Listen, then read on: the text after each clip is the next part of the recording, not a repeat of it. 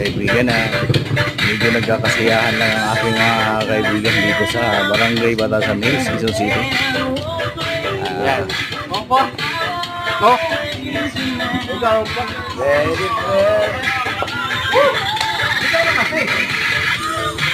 po. Karena puro sayo niya eh. Sama yan.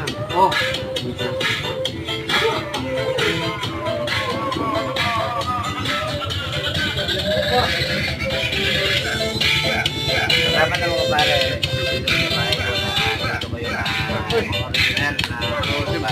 Hindi, kaya naman malaman tayo.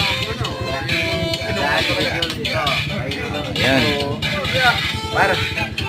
Yan ang aming tagapagligtas dito sa Barangay Batasan. Sasayawan mo no saan mapunta. Siya ang aming pinakabida.